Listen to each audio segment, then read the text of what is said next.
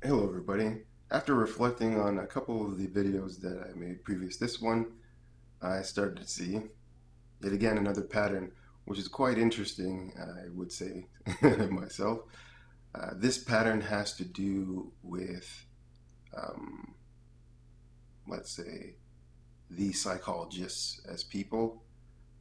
Generally, there was some kind of challenge in childhood, therefore, they put strong purpose and devotion towards a solutionary, let's say, power, and therefore drove themselves towards that, generally in the way of using psychology, a way of thinking about life to create a style of wholeness, generally, though, perceiving a place of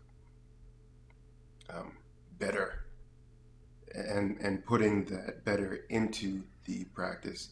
So in this way, we have kind of Maslow, we have Nietzsche, all these other guys that are just saying kind of they went through tough things, so this is how you solve or see life from that tough, hard thing, and these are the things that can help build up other people going through that tough thing to a point where they can become their ultimate self or their best self or fully realized or superhuman or have peak experiences or um, become their ideal, these kind of things. Also, there's the same thing in philosophy, very much. Different styles, but essentially aiming for the best. And I wonder if having all of these people striving for that thing, and again, we have the same kind of expression in athletics, striving for the best, and all these things. I wonder if it's just a way of um, trying to resolve a very um, internal struggle, actually. This struggle being with the childhood,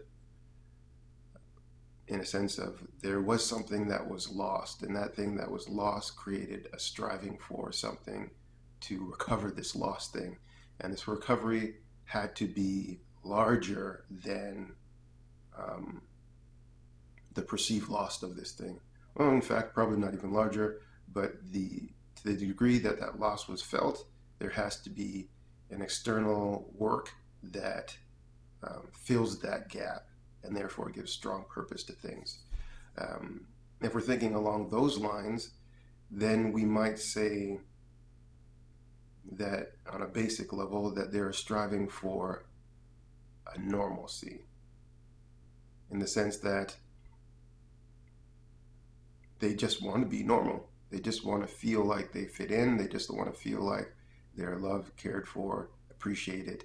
Um, and their way of doing that is, again, if we're going to see compensation in a way, and not for a negative, there's a positive compensation. And if you listen to different philosophies, you'll be able to hear there's such thing as a positive compensation. And I'm not going to get into that. I think that's Carolyn Horney.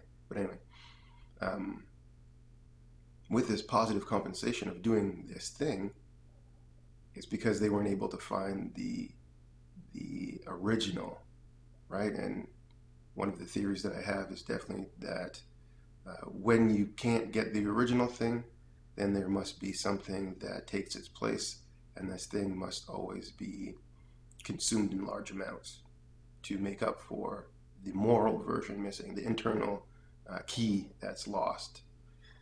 And if we were to say that we were trying to fill this thing, it would be just normal. Why just normal? Just normal because when you start to go to the full accomplishment of something, the ideal, then we're also putting in our own idea of what that ideal is. When we say something's negative, a negative experience, and we shy away from challenges, we're also putting in what our ideal of a challenge is and how we should overcome that challenge.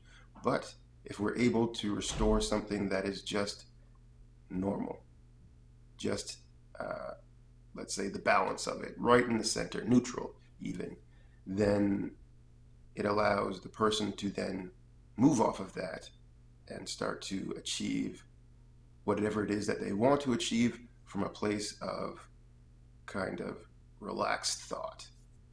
There's no actual emotional motivation in the way of having to make up for something.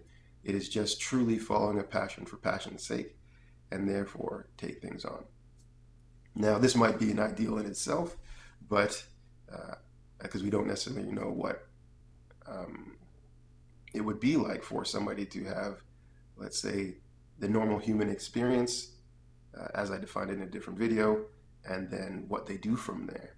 It's normally from a place of losing something that we strive for greater, and that greater then reveals all these other things to us.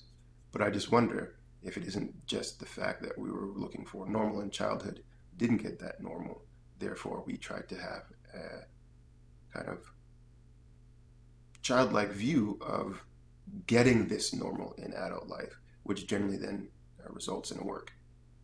Not that having that is bad, but just to really think about this idea of neutrality, this idea of being in the balance and then moving off of that and what that looks like. Ideally, from my perspective and research, this would look like flow, wu wei, that kind of thing, working with what's happening, being in the moment kind of thing.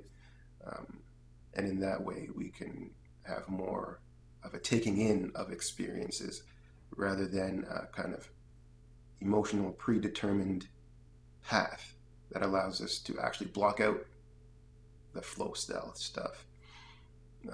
So that is something that I'll most likely delve into a little bit deeper as I improve on the study of self-care. But I think that's a very interesting and powerful thing to think about. And if we took things from this perspective, that we are only trying to kind of restore normalcy and then allow the person to kind of recuperate their character from that point and then build on what they want from there. Ideally, this would probably actually be a little bit terrifying because then you have to come up with your own motivation for stuff. And there's a lot of freeness that happens there. And always with a lot of freeness, again, by the psychologists, then there is some kind of worry about what to do. How do we take on so much freeness? And again, maybe this is why we need the cultivation of character previous this normalcy, so that we have something strongly internally to build off of and therefore can experience the flow of things. Anyway, that is all for today's discussion, but that's something that I think you should think about. Thank